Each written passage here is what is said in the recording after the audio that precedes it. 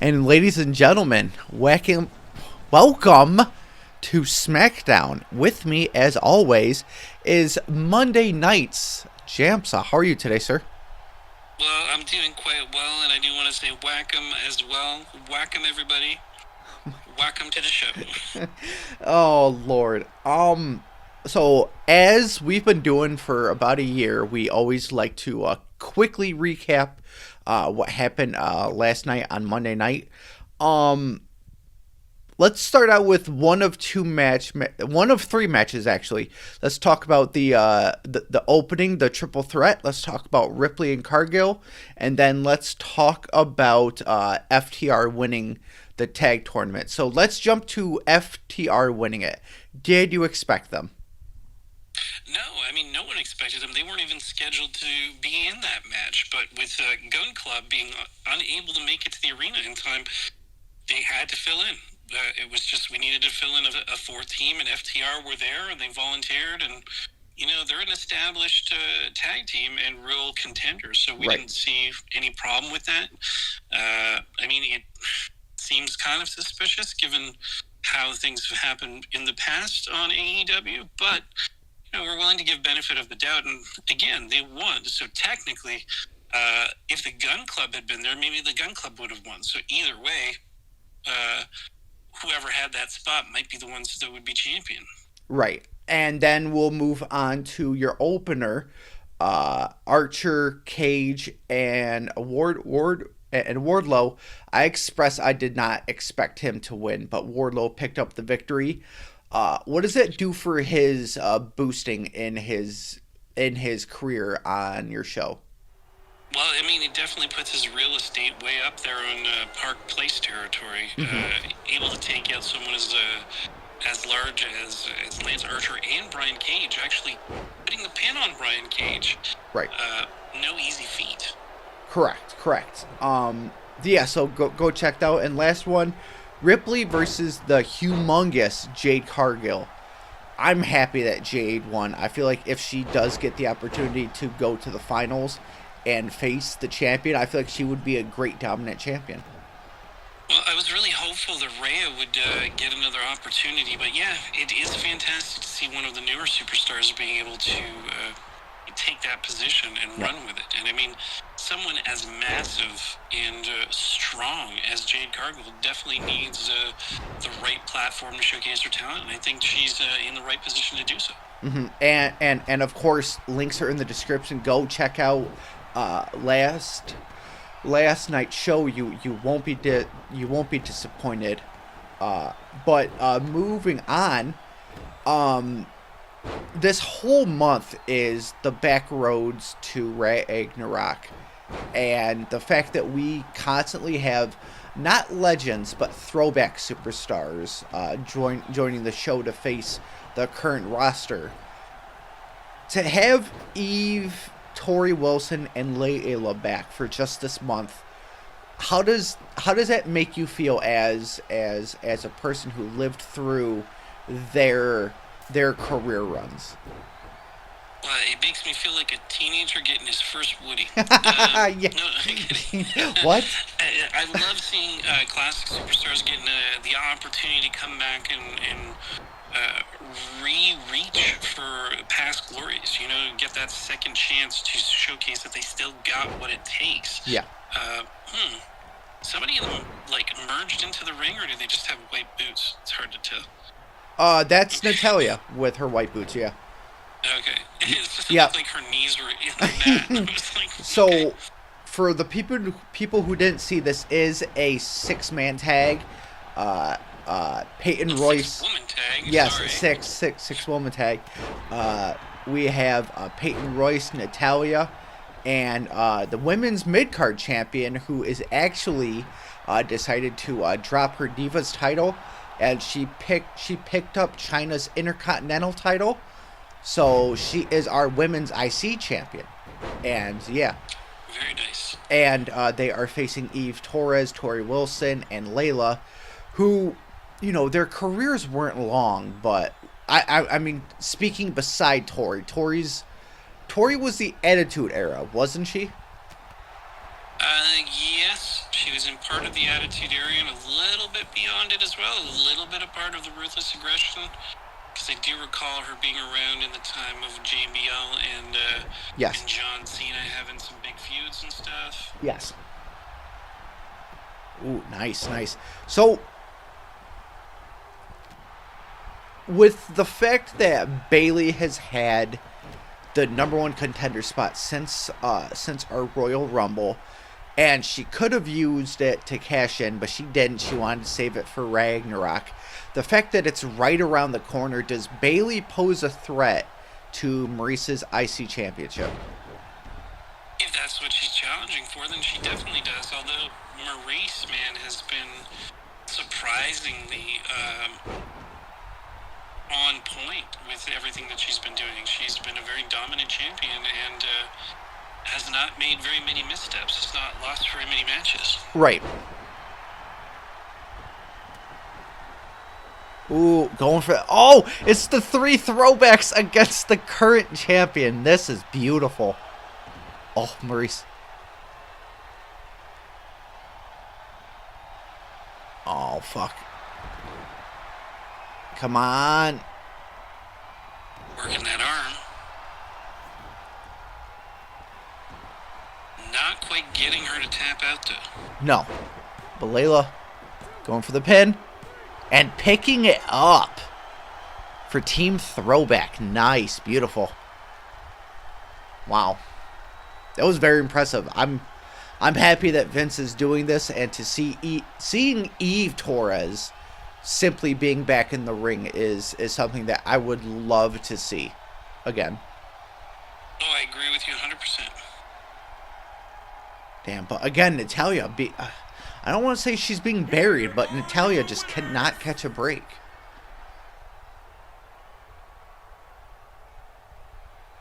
There you go. Congratulations, ladies.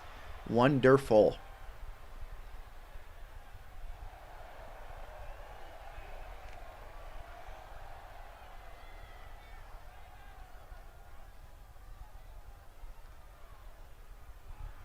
Fantastic looking trio. Oh, hell yeah. Oh, hell yeah. So, up next is another women's match, but it's a fatal 4-way match between Ronda Rousey, Becky Lynch, Charlotte Flair, and Mickie James, who Mickie James has had the number of the Women's World Champion, Becky Lynch, and with Ragnarok, again, I can't stop saying it, right around the corner, we still don't have a number one contender. So with Mickey's career when she debuted in the WWE and with all the work she's done outside, do you think she deserves one more world title run, or do you think like her world championship has gone past her?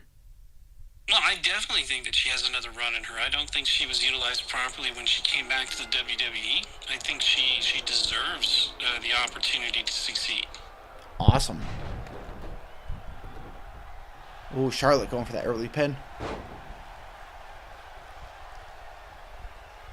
Yeah, Charlotte, always one to look out for, because she's always looking out for number one. Oh, and that's Brock, right? Is Brock number one? I feel like Brock's number one. Oh, Mickey, watch you. Like I was talking about looking after number one, meaning herself. But oh, see, I thought you were talking about me. I thought you were talking about me. Oh, Le Champion is number one. Are you saying that her and Chris Jericho have a thing? Oh, shit. Not Chris Jericho, that's for sure. Ooh, Becky Lynch just staying on top of Ronda, though. Becky, there you go. Suplex her back in.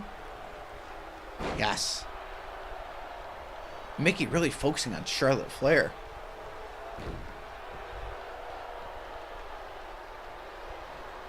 Whoa, nice. Oh, Becky going for that submission on Ronda.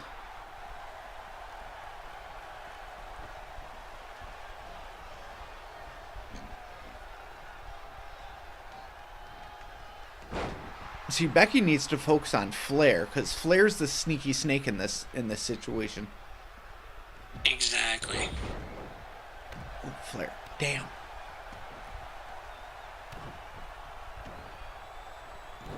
Oh, nice elbow by fucking Charlotte. I think she does it better than Chris Jericho.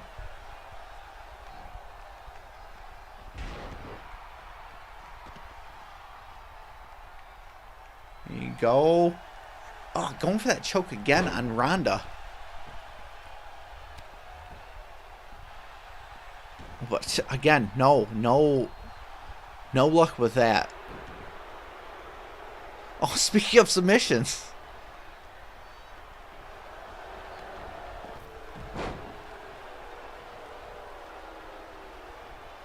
Oh, fuck. Watch out for the Flair spear, though. It's coming. Charlotte Flair really focusing on the midsection of Mickie James. Ronda, get in. Yes. Oh, nice. Oh, Becky just getting in time to stop it.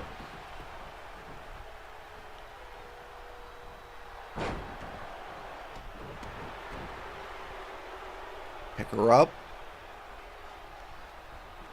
Into the corner. Could we see an avalanche? Oh, Ronda's stopping it. Beautiful takedown. Oh, huge dropping her down. Ooh, but Becky's still in the corner.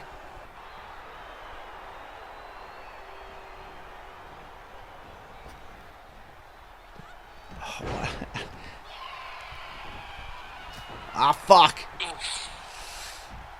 Again, you keep on stating it. You need to watch out for Charlotte Flair. Becky might be the world champion, but there's still a bigger problem, and that's Charlotte Flair. Well, yeah, Charlotte Flair is definitely the biggest problem in the whole situation, I think. Yes. Oh, nice. I mean, don't put Becky Lynch down or even Ronda Rousey, but Flair just has a way of getting what Flair wants. Yes. Yep. I mean, she is her father's daughter. Indeed. Oh, fuck. Oh, Becky going for the pin.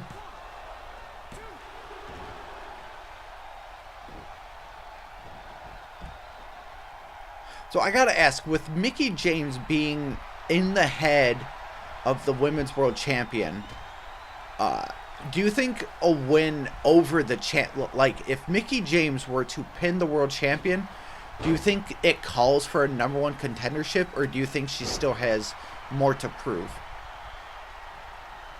Well, I mean, I don't think she has more to prove. She's put a lot of time into it. You know, I think all of them, if they were to win, deserve that chance. You know, just getting to the point where you are put into this type of scenario shows that you deserve that opportunity. Mm-hmm.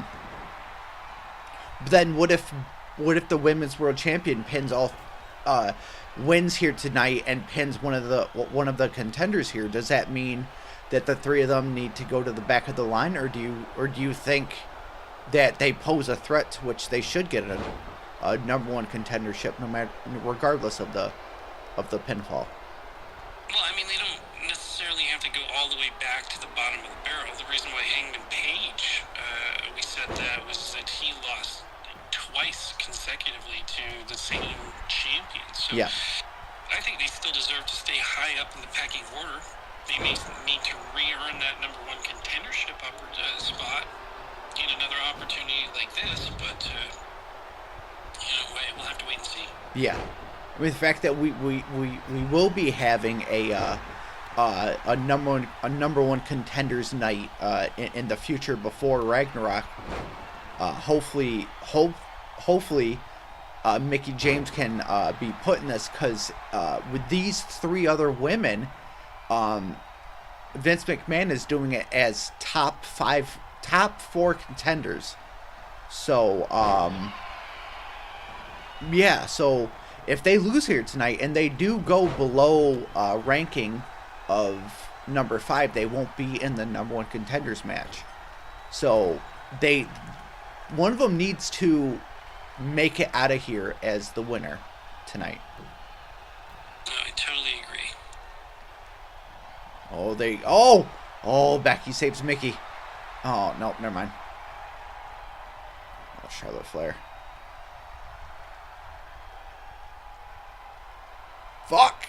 There you go. Jesus. There you go, the world champion. Yes, stay on top of Charlotte Flair.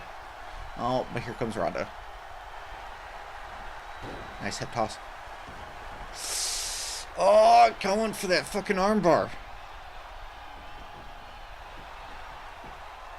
Ooh, but she gets out of it. Nice.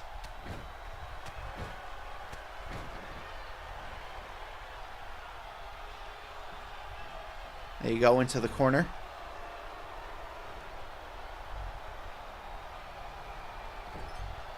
Grabbing her. Giving her some chops. Woo! Woo! No, Ronda! Oh my god. Jeez, Ronda too focused on her opponent to see that she almost lost the opportunity of a lifetime. Oh boy. Oh fuck, working the arm.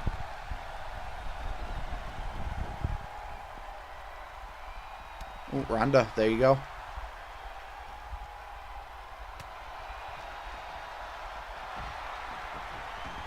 Ooh, knocking her down. Yeah, but you gotta... Oh, there you go. There you go. Disarm her. Disarm her. Disarm her. No, not able to capitalize enough. Mickie James back in the spot. Oh, the ref gets a bump, of course. Oh, damn, Becky.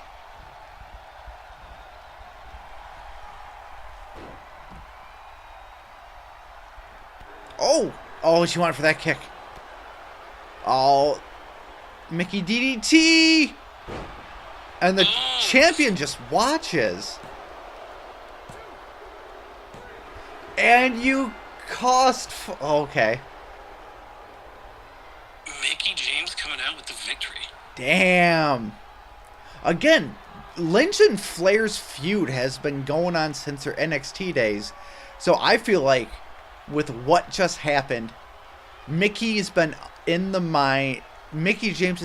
mind of Becky Lynch. So she let her get the pinfall, but on her old rival Charlotte Flair. I think that means a lot for this. Definitely. Wow. Definitely. And once again, very, very fucking impressive performance by Mickie James against three very top level competitors. Indeed, man. I have to say I'm quite impressed with the showing that we saw tonight. The women of SmackDown are incredible. Oh, yes. So speaking of incredible talent on SmackDown, the returning Chris Masters, which I never really got your opinion, but before you give me your opinion on that, he's going to be facing not our newly claimed superstar in Drew McIntyre, but him going back to being the chosen one. Drew McIntyre attire is fantastic. But yeah, what is your opinion on Chris Masters returning to SmackDown? Well, I mean, I think it's about time. I'm surprised he hasn't come back sooner. I always thought he was a fantastic talent that got underutilized in the WWE, and now seeing it going up against someone as strong as Drew McIntyre can only mean good things for him going forward. Oh yeah. So, what do you think about his Master Lock versus Bobby's Hurt Lock? Who do you think does it better? Well, I mean, I definitely think they each have their own way with it. I think the Master Lock and the Hurt Lock aren't exactly the same move. They're very close to one another, but I mean, there's also one of the old school superstars that had a sleeper hold as well that would put people to sleep. Mm-hmm. Jesus, I'm trying to remember who it was. Well, why do you think $1 Million Man, Ted DiBiase. Oh, yes, the $1 Million Dream. Yep. Yes. Yep. So, I mean, each one of them had a similar move but put their own spin on it, and each of them are just as devastating. Right. I mean, and with the stature, the muscle mass, the body strength that is Chris Masters, it's someone you can't just say, oh, he's got a sleeper hold. This will be a basic match. He's fucking strong. I I totally agree, man. He's huge. He's got a lot of upper body strength. Can put someone to sleep in seconds. Oh yeah. And you were saying before that you feel like, he should have been pushed as a very strong heel. He should have been a contender. Oh, going for that pin. Oh, only a 1 count. Crazy. Incredible. I mean, how do you feel seeing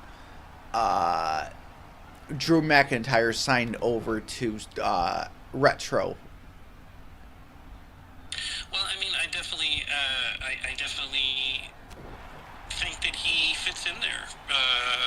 He is a dominant champion. He's someone that will only uplift that brand. Mm-hmm. So I have no problem seeing him there. Awesome. Beautiful. I love it. Drew's really taking it to Chris Masters. I feel like if they were in the same era together, like the same years, I feel like seeing them go one-on-one would have been something that would have been amazing.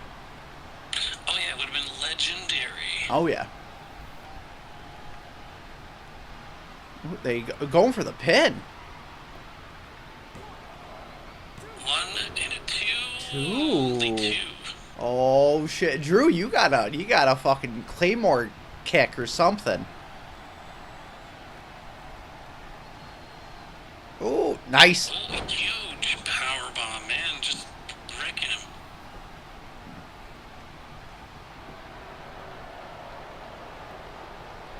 One. Oh, Chris Masters kicked out. Oh, going for that boot. Oh, no! Fuck! Putting him to sleep. And he gets it.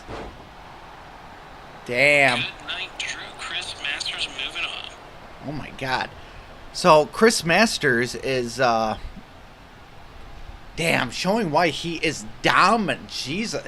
To submit the likes of Drew McIntyre that early, that fast. That was simply amazing. Indeed. Damn. Very, very, very impressive. Very impressive.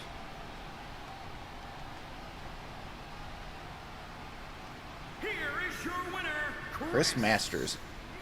Damn, he wasn't used properly in the WWE.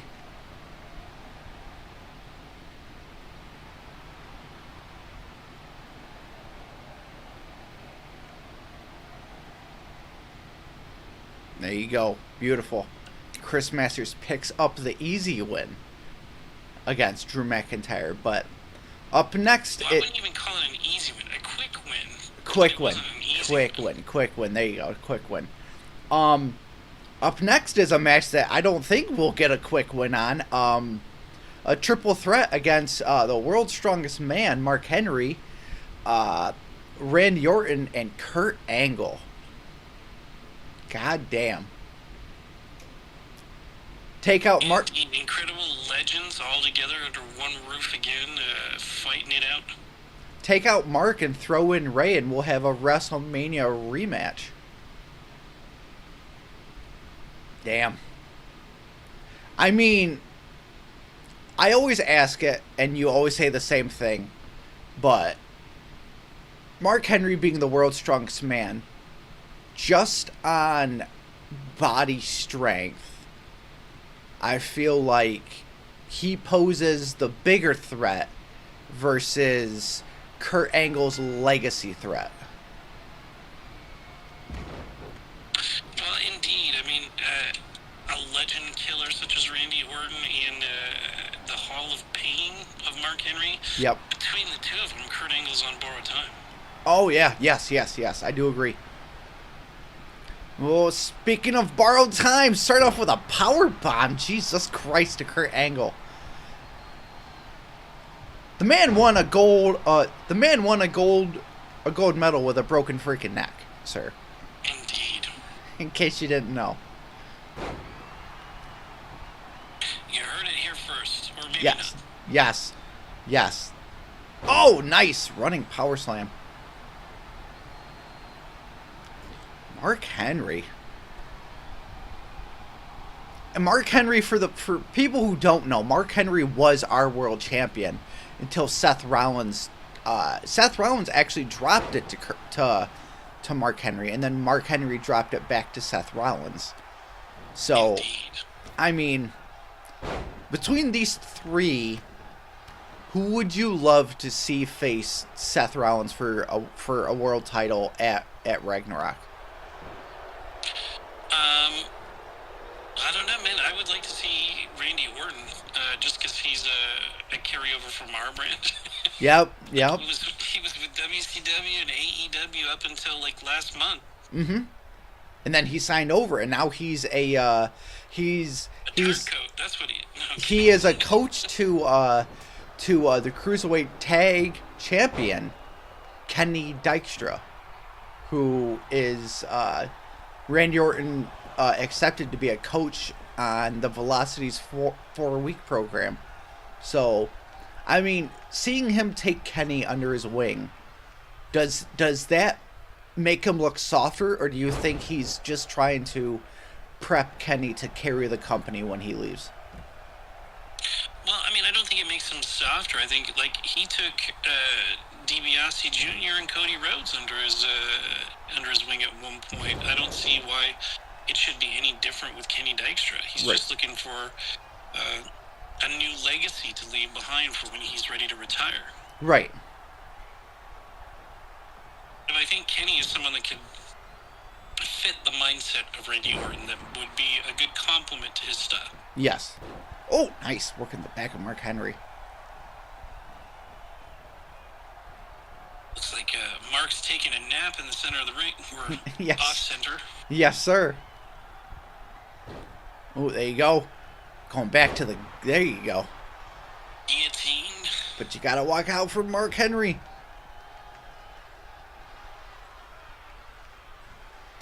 Oh, nice. Yeet. Yep, Mark. Boom, slamming him down. Nice. Oh, but could that be enough? Oh, he's picking him up. Jesus, I could not do that. I could not do that. To be as strong as Mark Henry has got to be something of amazement. Oh God, to have his strength has got to open a lot more doors. Definitely. So Kurt Angle working the leg of Mark Henry, and Mark just rolling out, going, no, Oh. fuck this, I'm out. Why is Kurt always going for the rear naked choke? I don't fucking understand it. I don't know, maybe he's tired of the ankle lock. Maybe he wants to make people submit in a different way. Oh, true. You know, always reinvent yourself. Oh, classic Orton.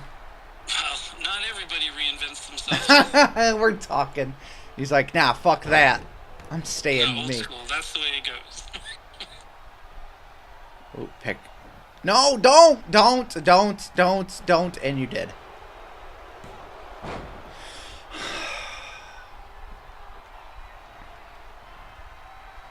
Nice. Ooh, nice throw to Junkyard Dog. Beautiful. But could that be it? No. Simply a 1 count. Oh, fuck.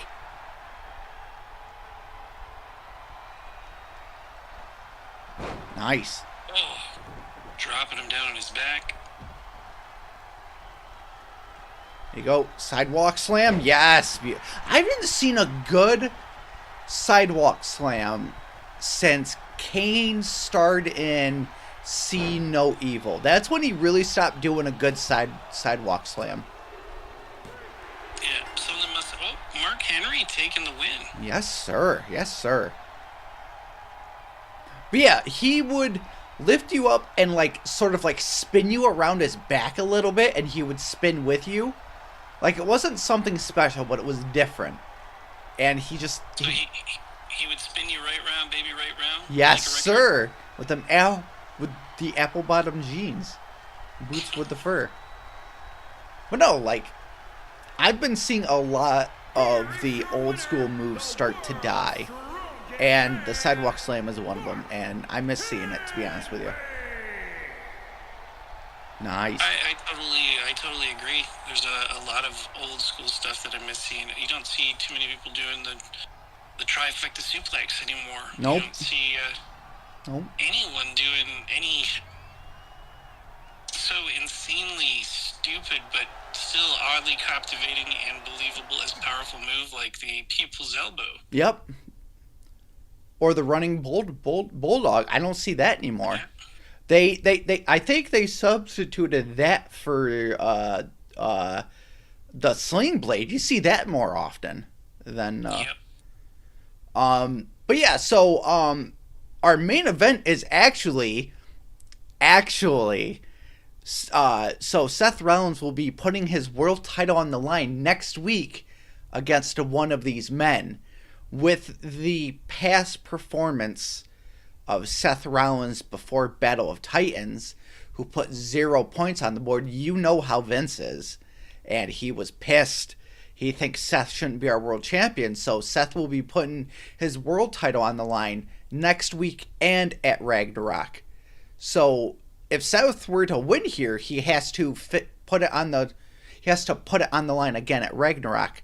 But if one of these men win here tonight and beat Seth Rollins next week, we could see a new world champion at Ragnarok.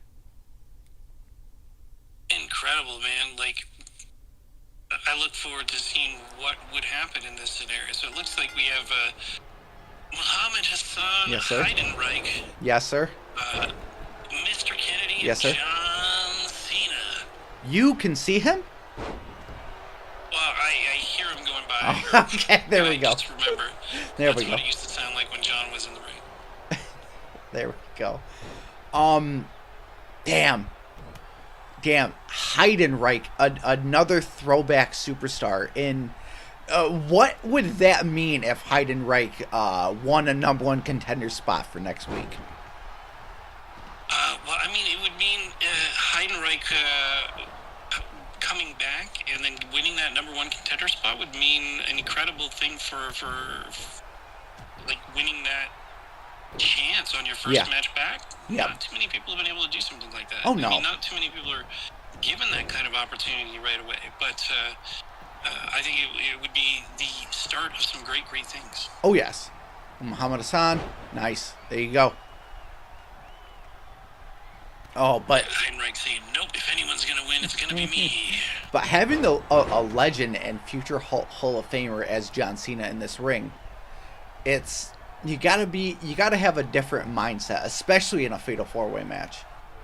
Well, exactly. You have a mindset like Mr. Kennedy, where he'll take out the ref to keep from letting him count somebody else. I mean, and the fact that Mr. Kennedy had Seth Rollins' number for the entire past month that led up to Battle of Titans, and then Seth Rollins goes in and embarrasses the Blue Brand, just completely embarrasses us, gives Chris Jericho 2 fucking wins back to back. 2 fucking wins. A knockout and a submission. But don't be too hard on Seth. I mean, it's Chris Jericho, man. He is super strong. But then to go on to March Madness and face Mr. Kennedy and completely embarrass him by winning in a great fashion. It's just Seth didn't give a shit about the month challenges and the pay-per-view at Pitts Pro Wrestling. So yeah, but that's it. He was holding his strength and everything on for his title match. That's all. That's what he cared about, was holding on to his belt. But I mean, I hate to say it because I love Mr. Kennedy, but he's Don't say on a it. shit show streak too. You know, he did really great before, won the opportunity at 2 different belts, lost both opportunities in the same pay-per-view. we don't talk about that. We don't talk about that. We don't talk about. March Breakdown is don't talk about March. Yeah, we don't talk about March. Yes, we don't talk about. Yeah. But yeah, so the only one we really haven't been talking about here tonight is Muhammad Hassan, who beat Elijah Burke for the opportunity to be on the brand. So with him being on the brand for about a month now and getting a number one contender spot too, for us to get another world champion that was the likes of the great Khali and Jinder Mahal, if Muhammad Hassan becomes world champion, would that boost up the credibility of the world title? Well, I mean, yes and no. I mean, to me, a true villain would hold the title. You know, so does that add credibility if the villain is holding the title? Some would say Seth is the villain. Some would say Seth is the villain. Between Seth and Muhammad Hassan, though. Ah, true. Oh, Cena going for the pin. Oh, Mr. Kennedy, you got so much to prove here tonight. So much to prove. Come on. Yeah, Kennedy's unable to capitalize on anything so far. Yeah. Rebound. Fuck. Even that, biffs it. No, stop it! It's Muhammad Hassan instead. We need Mr. as our world champion. Oh, John Cena stopping it. Oh, Heidenreich getting out of the way just in time for Cena to drop the elbow on Kennedy. Oh, yeah. Ooh, Heidenreich going for that submission. But on the ropes, he's got to get him away from the ropes if he's going to go for a sub. Yeah, true. I'd like to go for a sub right now. Oh, chicken teriyaki. I love myself a nice club. Oh, okay. I mean, I am a big... sub. I mean, mine is sweet onion chicken teriyaki, but, you know, that's just me. Chicken, bacon, mayo, Dijon. Ooh. Some cucumbers, tomatoes, lettuce. A little bit of cheese and some salt and pepper. But my wife would rather have... My wife would rather have a tomato mozzarella salad, and I just don't like tomatoes. I love tomatoes, man. Tomatoes, well, I mean, they have to be fresh tomatoes. If they're too mushy, but they're nice and fresh. Oh, Kennedy going for an avalanche. Green Bay plunge! Do it! The world's greatest finisher. Yes. Luckily, it seems like Cena and Hassan are going to stay out of the way. Oh! Boom! Jesus! Drops him on top of everybody else. Cena too busy doing his move. Heidenreich getting the opportunity. And 3. Mr. Cena Kennedy. spending too much time with his finish. Damn. Losing out on that opportunity, but Mr. Kennedy Getting another shot. a chance. So let's hope. Let's hope. But again, if Mr. K is to lose here next week in that world title match, then he does go at the back line because he lost twice. So Yep, well, he's already kind of lost twice, but only once per belt. This will be the second time for one of the belts. So Yes. he will pull what we're going to start calling a hangman. yes, sir. And with that being said, we will see you guys tomorrow night for Velocity and Thursday for Pitts Pro Wrestling. Me and JamSaw would like to say we'll talk to you next time. Cheers. Peace.